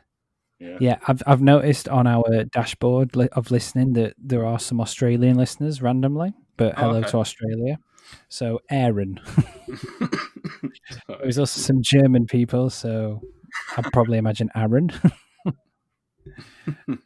And United States, I don't know. Depends on what region you're from, I guess, in America. We'll just say Aaron for now. But yeah, so I think that's kind of like the end of the flashbacks for her. She gets offered the money. She's got to go on 815. There's no option. They're waiting for her on this flight. And that the psychic says, they're not strange. I've got it written down. They're not strangers. They are good people. Mm. And she finds it suspicious, but she accepts. Mm-hmm. And that's her segue into being on the flight. Yeah. That's a little strange, though, that she gets on the flight even though she's just decided to keep the baby. I think she wants... Yeah, that's... I think she was obviously scared into it maybe by the guy, and then he's offered her money. So maybe because she's a bit young and naive, she's realised... What is it? Money is the root of all evil? Maybe. I don't know. It's obviously a bit of a nose thing to be going for, though, because Claire's so lovely. We haven't got to... do we actually see her boarding the plane? No, not yet. No, not yet. But I mean, do we? That's the thing, because there must be something else that happens between her leaving the psychic's house and getting the plane, because clearly she wants to keep the baby, as far as we know, and then all of a sudden she goes to 815. So who knows? Who knows? Oh dear, it's all going Pete Tong. But if the Jack and Kate thing, if that is, I so want to believe that. I so want that to be a thing. But that means the psychic has said that there's a good couple in LA, but they wouldn't have been together at that point. So no, but also that would mean that if the psychic was if he was right about everything, then he was somehow in on Jacob's overall plan, which is going way ahead into the series. Yeah. So they're playing with timelines, potentially playing with the fate thing, playing with destiny. I think you can still call it destiny, and you can still call it fate. You know, those you can shift those within the script. But I think to build it up in these first 2 or 3 seasons, that's a very valid point to make easily. Yeah, I think you could very much say that. Oh, I just want that to be real. I might Instagram Lindelof later. Be like, dude, is this real? And knowing him, he'd be like sat there and he'd just be like, yeah, sure. What? Yeah, fine. Yeah, if that's what you think I wrote, sure, why not? Right, so we'll skip ahead to the island events. So on the island, we're on. I checked this out on Lostopedia, day 15, October 6, 2004. Again, I can't remember this ever being mentioned in the show, but you know, I'm assuming people have just counted from when they crashed onwards, because I think they do mention it in the pilot episode. But Claire's having nightmares, screaming and waking up. And the first one is she's no longer pregnant, and she finds John, Mr. Locke, playing cards at the table. So we've got the symbolism in. And are his eyes white and black? Yes, they are. Yeah. Which I thought was a lovely little horror-ish moment. Very creepy, but very cool. Yeah, like that opening scene is quite. Yeah, babies crying in places where they shouldn't be just always gives me the shivers. I don't like it. It's like that. Reminded me of the Blair Witch. Whenever they hear a baby crying in the woods, and it's like, no, it creeps me out. I don't like it. So yeah, I watched the 35mm print of Blair Witch in at uni. Oof. And even though I'd seen it millions of times, I was watching it in an actual, because where I went to uni, they actually had a cinema in the basement, and that's where I did all my lectures because I was a nerd, and that's where they put the nerds. And yeah, it scared the shit out of me, even though I'd seen it before. So watching it on 35mm with all that sound in a proper cinema was terrifying. I agree. Babies, I'm always freaked out by like the Train Spotting baby too. Yeah. Yeah. That's probably the one that sticks in my mind the most. Yeah, it's a very like imagery wise, it's very evocative. And then she finds the like the cut in the middle of the forest as well, and then she puts her hands in, and there's like blood in it, which is and horrible. And it's all to do with, I guess, her. Well, she didn't give him away in the end, but you know, her guilt that maybe thinking about giving him away. Yeah, but Locke in the flashback, I've written it down. He's got that wonderful line where he says, "He was your responsibility, but you gave him away. Everyone pays the price now." It's very ambiguous. You know, you kind of know what he's alluding to, but when he says everyone pays the price now, well, what are they paying the price for? Mm-hmm. I love that it's Locke as well, because he's the man of the island, really. We've established that in the previous episodes. He is obviously the one that would say that something that symbolic, that big, really. What's the significance? Again, sorry to keep asking about go on. Later episodes, but what's the significance of Aaron? Isn't he meant to be important as well? Yeah, he was one of the original survivors. Mm-hmm. When they do the Oceanic 6 storyline, and I believe, I can't fully remember, but I think the significance of it is that he doesn't have to come back to the island because he's been through enough, because he's a child. Okay. But essentially, Jack and Kate adopt him. Mm-hmm. Is that right? Yeah, they do. Hence why I thought maybe he was like another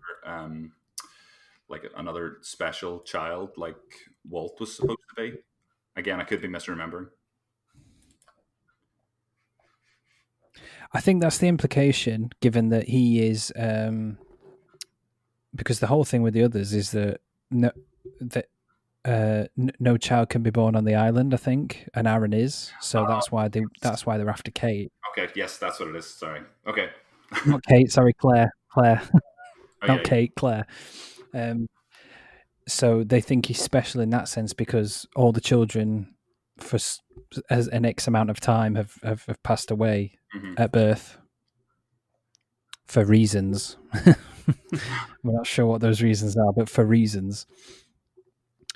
So we will just move on quickly. So yes, she's pool of blood in the cot.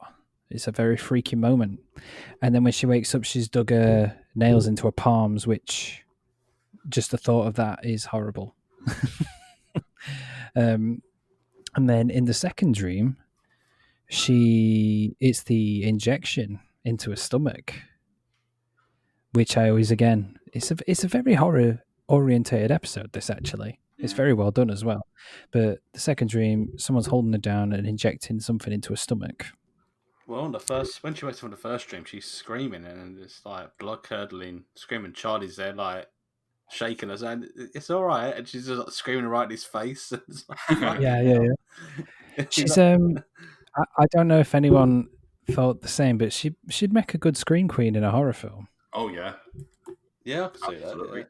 Yeah. I don't know why, but I totally thought, and I don't know if y'all have watched this, but obviously Twin Peaks Return, but the very last moment of Twin Peaks Return, I think Cheryl Lee is just the best scream queen ever. But that felt like it was up there. Yeah. Oh yeah, that scream at Twin Peaks. Oh yeah, that was bloody horrible. That's the best one ever. Yeah. I will hands down go to the grave saying that will never ever be beaten. Even Kyle MacLachlan's surprised by it. He's like, "Oh fuck me!" What year is this? Yeah. It's just when the lights go out and it scares the shit out of me. Anyway, but yeah. So with these two dreams, obviously you've got the symbolism in the first one with Locke and the white and the black eye. Obviously the crib and the blood. Is the child going to survive, I guess, is the question. And then in the second one, it's not so much horror tinged, but it's unusual what is being injected into her. Why? And because she shows no visible wound, and yet she's claiming someone was here, someone held me down, someone did this to me. So you're starting to think, again, a bit with Russo, similar to Russo, sorry. What is this island doing to people? Everyone's starting to not get sleep. They might not be eating what they need to be eating. What is warping their minds slightly? You've got all these questions going through your mind. But this, which leads neatly onto what John mentioned earlier on, Claire's attack persuades Hurley to take a census of all the survivors to see who actually resides on the island. Quite clever, actually. Both for Hurley and in terms of writing, it's a very smart little just plot you can put in there, just to kind of just find the needle in the haystack effectively. It's quite good. Yeah, it's very clever, isn't it? And it's that thing of it's exposition without feeling too exposed, if that makes sense. Yeah, true. It's like it's kind of on the nose, but it doesn't feel like it's on the nose. No, definitely. Yeah, it's very clever. Logical sense that that they would do something like that. Like, what was the reason for starting the census again? I can't remember. I think it's basically because Claire is claiming she's been attacked, and the theory is obviously it must be some at that point. The survivors think it must be someone within the group that's doing it. If she's been truthful, or if she's really that worried. So Hurley says, "I'll find out everyone's name." And then I'm assuming he's thinking if it keeps happening, we can kind of narrow it down. Yeah, I thought, I might be wrong, but I thought it's because he makes some comment to maybe Jack and says, "Oh look, we're all living here. We don't know who we all are," and then he says something like, "I've been told to find some guys called Scott and Steve," and he says, "Who the hell is Scott and Steve?" Oh, is that the Scott and Steve joke? Yeah, love it. Yeah, I think you might be right, actually. He's got good basis of reasoning to do it because of what's going on with Claire. But I'm pretty sure he says something like, "Oh, we don't know each other, and so it's best to be just get to know one another a bit better. No, like reason for traveling to Yeah, and he says as well because of he's got the manifest because of when they burnt the fuselage. They've got all the names of the people. Yeah. Mhm. Oh yeah, and Lock Sawyer very, very, very nicely says Hurley can have it just by asking Yes, he nicely. Is that where Hurley says, "I'm going to level with you, give it me, Yeah. or I'll kick your ass"? And he's like, "Okay." In his very Sawyer way, he cracks a wise at him with a horrible like nickname, but in a loving way because he's Sawyer. But Stay I puft, do yeah. like that moment actually. He's just like, "Yep, all right, it's yours. Sure, why not?" Don't give him any objection whatsoever. So yeah, Hurley's taking his census, and whilst he's conducting his census, he talks to Mr. Ethan, as we've explained in the previous episode, who I thought seemed a bit concerned about, giving his information up. He seemed a bit unusual about it. He And we definitely, know it's why. like he made up his name on the spot almost. Yeah, it didn't feel very natural, did it? No. And given No. that we know that just from the previous episode, he's just turned out of nowhere. Yeah. And he's been hanging around with Locke and being a bit sort of evasive, yeah. But I still think that you don't think anything's wrong.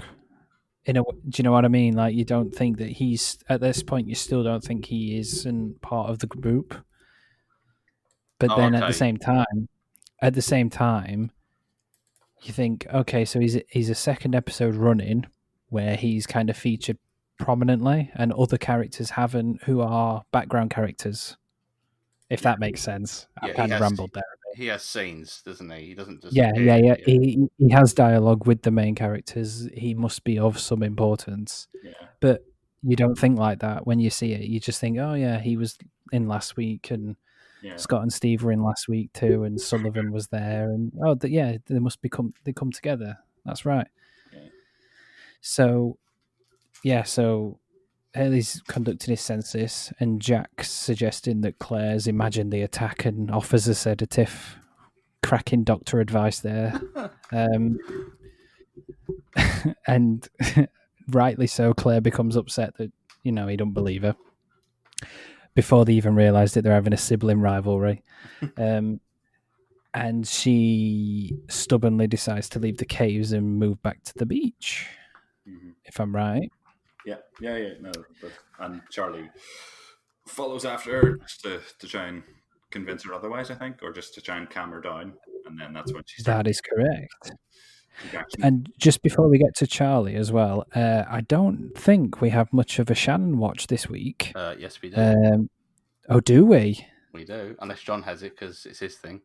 It's his thing. But all I'll say, just before you say anything, is that Boone is the one who tells Hurley that Sawyer has the flight manifest. Oh yeah. Oh, that's true. But I'll let John go ahead with the Sawyer, not the Sawyer, the Shannon watch. I actually don't have anything, so it's all yours, Scott. It's okay. It's Scott very is yours. It's very minor because I had one for the previous episode. So she doesn't say anything in the last episode really of significance, but I've put my notes as Shannon watch skimpy bikini, and then quote unquote character development. That's all I've got for that one. And then this episode, Shannon watch. I put Shannon apathetic, but then she mentions rape caves, and I made a slight chuckle because it's when Claire says she was attacked, and then Shannon's like, I don't want to live in the rape caves. Or, okay, she made me laugh. I know it's a horrible thing to laugh at, but it's just the delivery. No, I agree. Quality. It's very 2000. It's very 2004-5. You probably wouldn't be able to say that nowadays, but no. Oh no, I mean you might be able to, but yeah, I know what you mean. But she didn't do herself badly. Put it that way. She just didn't. She did nothing, and in the last episode, and she made a slightly laughable comment in this one, but that was it. Okay, so for anyone listening this week on Shannon Watch, episode 9 and 10, she does good, basically. She's okay. Does all right. And that's does purely all right. because she's not in it really that much. Points for the skimpy bikini. So Always. just sunbathing. That's what she pretty much does. That's all she does for the first 10, 12 episodes. Anyway. Yeah. That's basically all she does. So we've got past Sawyer giving the flight manifest to Hurley without objection. So Charlie tries, like John's already said, Charlie tries to help Claire back to the beach, and she starts having contractions. Oh my God, we're going to have a baby in the jungle. What do we do? Charlie's like, I can deliver the baby. I could do this. But then I quite liked it that he has that moment where he kind of he reveals he's a drug addict, or a recovering drug addict anyway. Yeah, he's like really He's kind of, in the jungle, and he just blurts out everything. Yeah. Yeah, he's like, I'm a recovering drug addict. You're a what? Let me explain. I think Don Monahan's really good with physical comedy. It's just kind of how he holds his hands up to her and says, "Let me explain. Give me a minute." Because he clearly loves her. I mean, that's for sure. That's that's kind of like the Romeo and Juliet of the first season, really, is that you know straight away these are the two that are going to be together. Yeah. And you know he cares about her, and you know she cares about him, even though she's about to give birth, or you think she's about to give birth. But yeah, and this episode it also has Charlie. I think it's this episode, or maybe the previous one, where he sort of admits that he's going to be there for her. Like, he doesn't say it in as many words, but he's like, "Will you be my girlfriend?" That sort of thing. Yeah, he does. He professes how much he cares for her. Yeah. Actually, I quite like that scene. The two scenes, I think it's at the end and when they're in the jungle talking, and they have that lovely Giancino score comes in. It's all very nice, and I thought, oh, Charlie's such a bloody lovely bloke. I just want to give him a big hug. That's kind of my response to people, men and women on screen who I really like. It's just like when he's a bit broken, and you just kind of want to give him a big hug and say it's okay. He's got he's got that victim card thing there as well, but. Oh, definitely, yeah. But inherently, he's just a really decent guy, and I think that just shines through. Because half the time, I'll be honest, after I started watching it, I was like, "Oh yeah, he was a drug addict," and that's like the tip of the iceberg in terms of his character. It really is. So definitely, yeah, his core character trait is that he's just a really caring guy. So yeah, I love their moments. Yeah. Yeah, and I know we said last week that all these characters have aspects of anti-heroism. I guess is the word. I wouldn't say villainy. I know I said that last week, but they're all caring at the heart, and he's definitely the main one. I think. Well, probably Hurley, but yeah, between the two of them, yeah, between the two of them, definitely. It's Charlie and Hurley who are the ones who give a shit the most, really, or who care about people being happy. So they're in the jungle, isolated, alone, having a bit of domestic, even though they're not technically together, and she's about potentially to give birth. And then there's that really creepy moment where, oh wait, no, not quite yet. Charlie finds Ethan.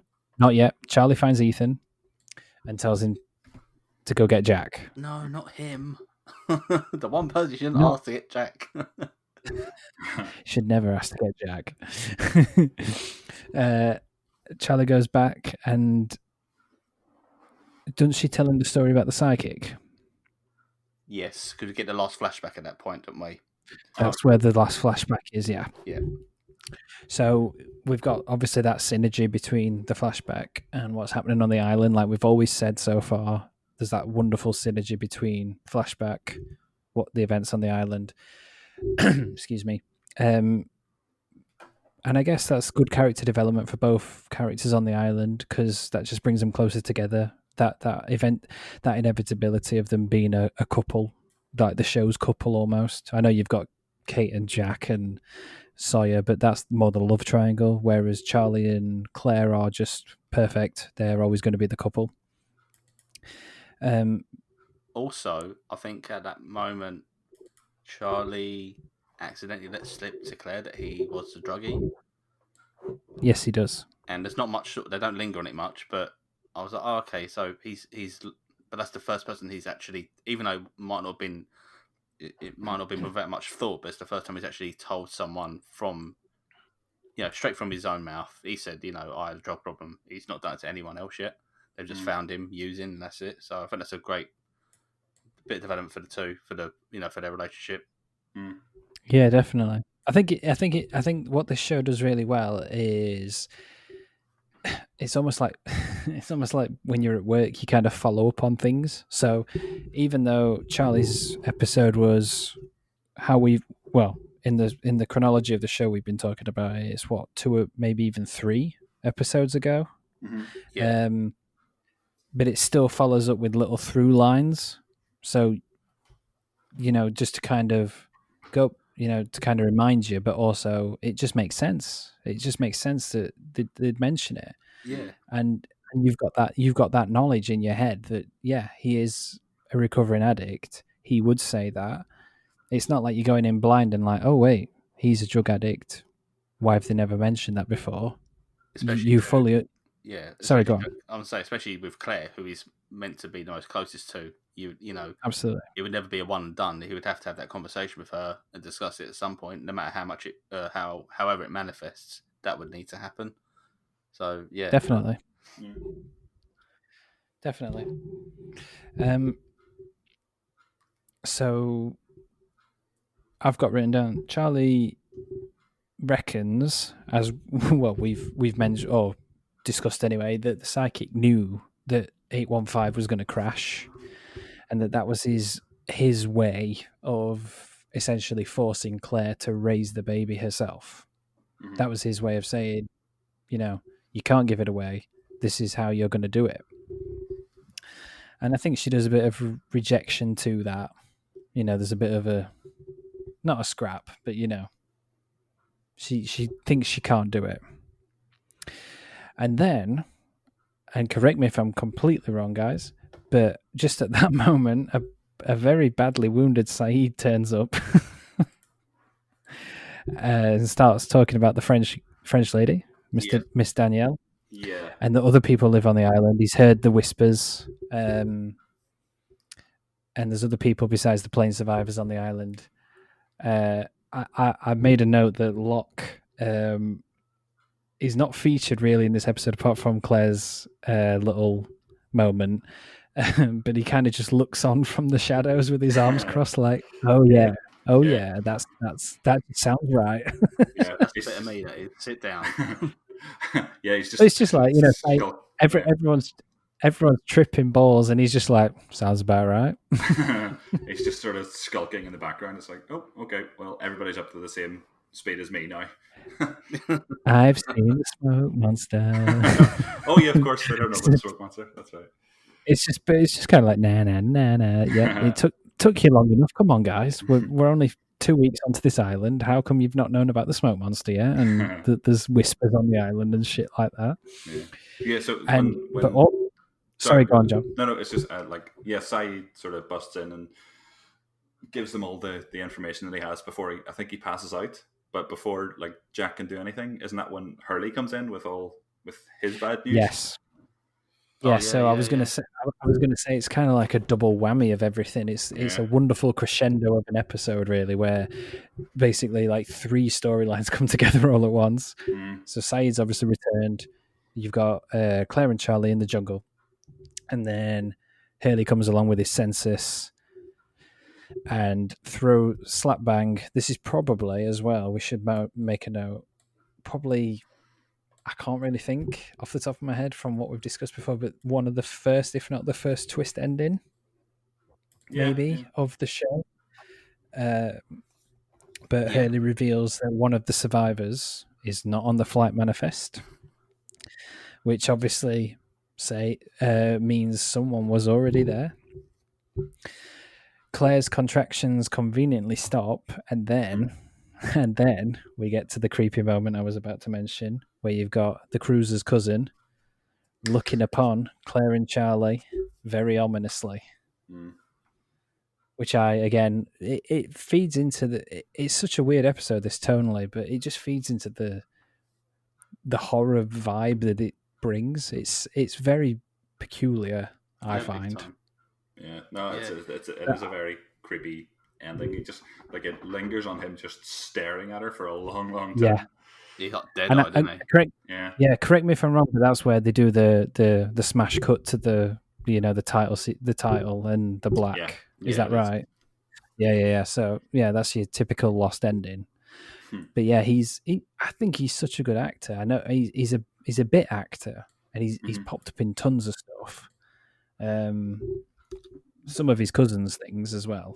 But he's a bit like Sean Bean or John Hurt, for example. He often dies in what he's been in. But I just think in this, especially, he's very, very reserved. And then, because all you've seen him in these 2 episodes is be just kind, natured. He hunts with Locke. You assume he's a nice guy. Yeah. And then you just see that, like you say, that dead eye, that look on his face, and you're like, oh, shit. And I think for me as well, I remember watching this when it first aired and just thinking, okay, this is a different show now. This was the moment where I thought this has gone from little bits of squabbling and people's flashbacks and kind of understanding who they are, and now we are firmly in monster territory and who the bloody hell is this guy? Yeah, I mean, firmly. It's a really good ending. As you say, I think it is the first cliffhanger, and it's one of the best, I would say.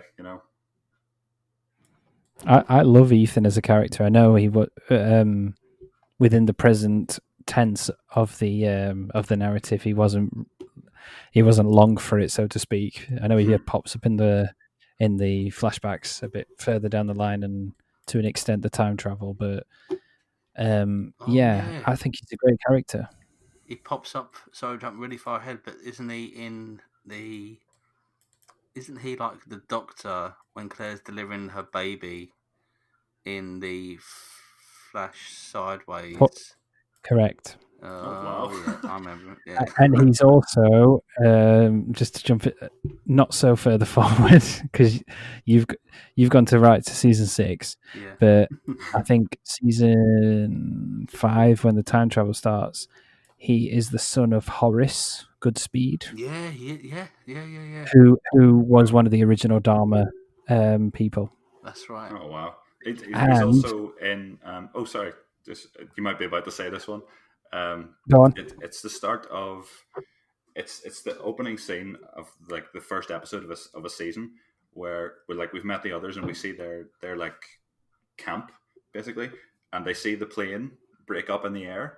And Ben, he says to 2 guys, it's like, I think one of them we haven't seen before. It's like, you go to the tail section, and the camera pans around, and it's Ethan, go to the mid section. It's just one of those really cool wee Easter eggs that are just like, that's brilliant. Yeah. Yep. That is the start. That's the start of season 3, and that is Ethan, and that is Goodwin, who appears in season 2. All right. Okay. Cool. Yeah, that is right. But yeah, I forgot what I was going to say. Horace. Yeah, he's the son of Horace Goodspeed, who is featured heavily in season 5 when they're doing the whole travel stuff. Oh, so great. For a bit of trivia for anyone, he is I forgot his name in X-Files. Shit.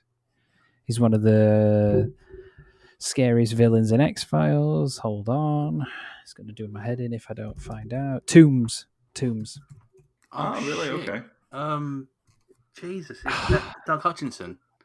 Doug Hutchinson. Yeah. He's in Shawshank Redemption too. Yeah. He's a who is he? Tombs, isn't he, in X-Files? Yeah, he's Tombs in X-Files. He stretches out and he's a really freaky villain. Yeah. But that's him with the long hair, and he's the father of Ethan. Jesus, I'm just trying to picture his. Yeah, I remember with the long hair, but didn't even realize it was that actor. Yeah, it's him because he's got obviously it's clearly a wig, but he's got the glasses too, so it kind of you don't get it obstructs his face basically. Yeah. But yeah, imagine him with short hair, no glasses, very demented eyes, and he can stretch through a chimney. What I was going to say as well, just as a bit of trivia for the character of Ethan as well, he is also, just to link into the episode itself, and Aaron as a character, Ethan is one of the only people actually born on the island, which I think you later find out. Okay. So it's just, again, that idea that they were planning ahead, maybe. They had that idea, even if it doesn't really pertain to anything, it's just more of a side note. But he's still, it's still quite a big deal that he, given everything that's happening, he was born on the island. Okay. Well, that's cool. Jesus. Yeah. So, wow, we've had a bit of a trivia week, haven't we? Yeah. I think because it's getting into that mythology now, it's obviously prompted us to talk more further down the line, because it's throwing us into that as we said, the more mysterious things about the show now. So no, I think it's just natural. Absolutely. So that is the end of Raised by Another, episode 10 of Lost. Bit more trivia that I found out. So Emily de Raven, however we're going to pronounce it, originally auditioned for our absolute favourite character ever, Shannon. She spoke her dialogue with an American accent, and instead they offered her the part of Claire without accepting the script, without reading the script. And that is really all I got. I just thought it was quite amusing. Good decision. Cool. Yeah. It's a good decision indeed. But other than that, that is really it for this episode. So obviously all you've got is the reveal of Ethan, the first big cliffhanger, first big mythology cliffhanger. And going into next week, we'll have episodes 11 and 12, which are one of my favorite episodes ever. All the best cowboys have daddy issues, and whatever the case may be. We're halfway through at that point, are we not? What, sorry? Are we halfway through at that point? I think episode 12 or yes, we will be. Okay. Technically, the finale of the season is 3 parts, but the part 2 is kind of a big episode. So yeah, we will be halfway through the season as of the end of next week. Very good. Very good indeed. Right. Thank you for anyone who's been listening, and thank you, Scott and John, as always. Thank you. Thank you much. Stay safe, everybody, and I will speak to you next week. Yep. Thank you.